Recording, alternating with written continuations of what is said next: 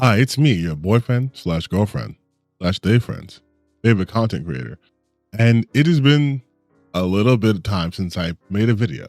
Sorry, I was kind of sick, and then also I was doing stuff. Not like content stuff, just stuff. Vague things. Anyway, speaking of vague things, Mindseye sure is an interesting game, isn't it? I don't know if you guys have been keeping up with the news, but the game came out and not so great. Not so great. But I am actually pretty excited that it isn't doing so well. Not because I've suddenly changed my stances on things and I love when studios fail and I want people to lose their jobs. No, this isn't evil TTV and gaming talking, okay? This is neutral, slightly evil, regular TTBN talking. What I like about this is it highlights a fact that I have been screaming from the mountaintops for what feels like a century. Games are hard to make, and sometimes the product is bad. But the reason why it's bad is typically because of mismanagement, poor execution, bad expectations, etc., and not because of the physical makeup of the people who are making the games. Meaning, it's very interesting to me that everyone is saying this game is garbage. It's one of the worst games released this year. And yet, I have not seen wokeness being accused of the reason why the game is being bad. No one's yelling about DEI ruining the game. Yet other games that have come out that are actual functional games that people could have played no matter how long it was available for were given that treatment. We are seeing a perfect example of people who just grift and say shit suddenly not saying anything about this game because they can't. Or if they do talk about the game, right, they're not talking about the same way they talk about the games that they had already deemed woke. It's much more passive language. Like, look at this video from friend of the channel. I say that as a joke, obviously. Indiamon. I watched it talking about, Mindseye. And there's no brutal takedown. There's no insider information like he has with all the other games like Assassin's Creed. No, it's just, I want this game to be good because the company or the producer was awesome, but it didn't turn out well. And even his comment is like, this is a fascinating game. They do everything wrong and it's incredible. It's great. Even the title is different from the games that he hates on principle. So this isn't even a person who's trustworthy. Of course not. Because now they're demonstrating that, hey, holy shit, maybe they can actually analyze a game outside of woke or not woke. Isn't that interesting? Isn't that interesting? Just something to think about. This is obviously putting in post because just wasn't aware of this video. I made this a while ago, so, wearing the same shirt to make it match up. But yeah. Still liars, still grifters, amazing. The rest of these guys aren't even talking about it. Or if they are talking about it again, they're saying like, well, nope, it's not that bad or whatever. It's just the level of vitriol they normally have is gone. It's not there. Almost as if maybe they're realizing that grifting is no longer a viable solution. Now they have to actually talk about shit, which is a win for me, honestly. Okay, back to the video. They simply cannot. In fact, I have seen people lamenting the fact that the main character, right, who's been in 2 games now, Mafia 3 and this one, has put his foot in it, right? Has fucking act his ass off, but in terribly received games, either in the worst game of Trilogy and Mafia 3, or just straight up a bad game like Mindseye. But no one's saying, oh, they should have hired someone who was like a white person or etc to make it better. No one's talking about how, well, they should have had characters with big bouncing titties and that would have made it better. No one's talking about how, well, the problem is it was made by a Western studio and they should have been Eastern studio. No one's saying any of those things. No one's saying any of those things.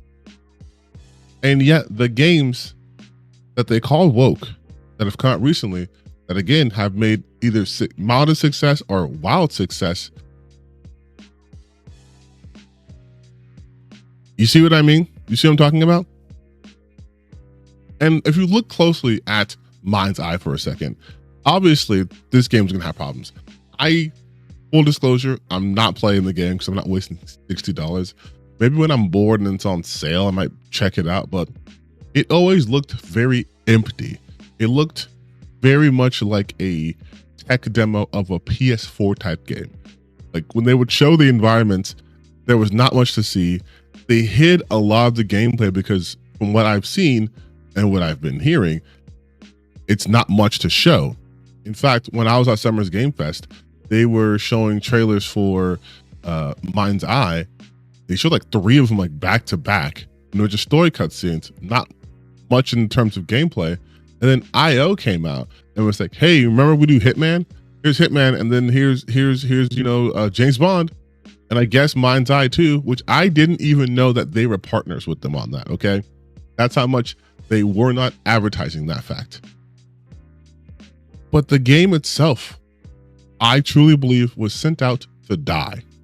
There were reports of executives leaving the studio like a week or 2 before the game's release.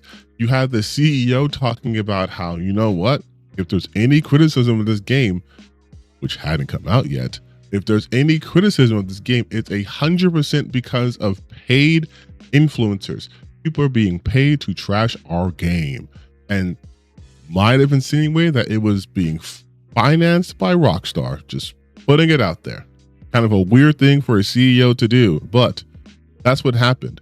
And yet, at no point were any of the typical groups talking about how the CEO is, trying to deflect from this poor game sales because, he's woke or bad or terrible or this or that. In fact, they're saying nothing.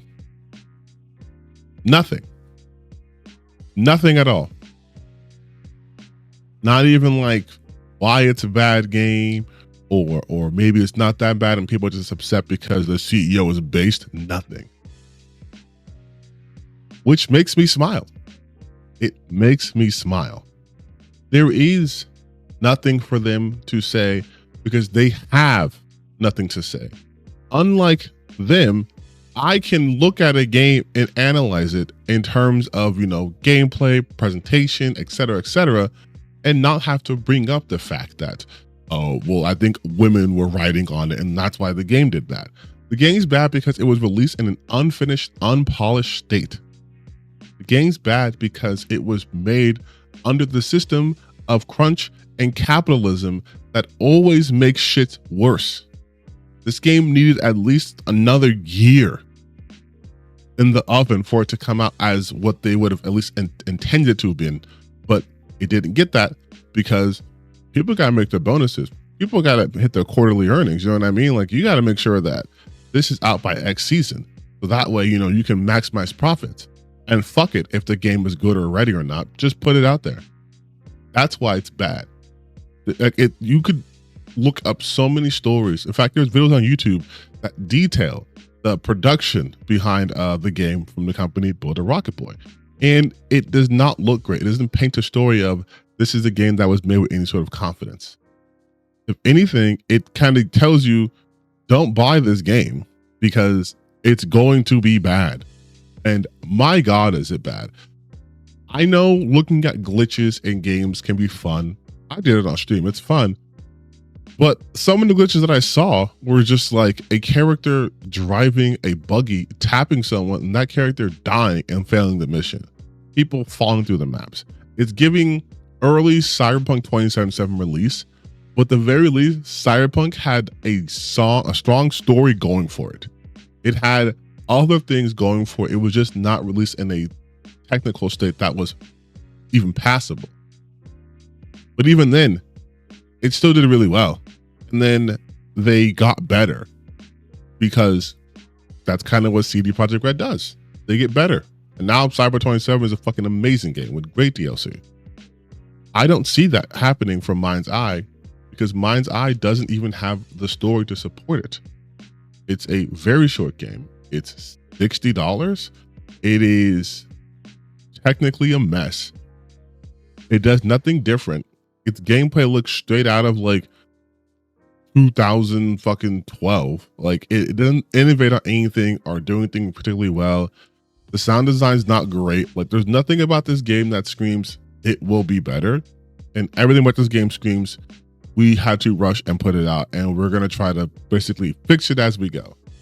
This isn't like a No Man's Sky situation again. I think this is truly like a no, you fucked up. This is you shouldn't have done that, especially because this is your first IP.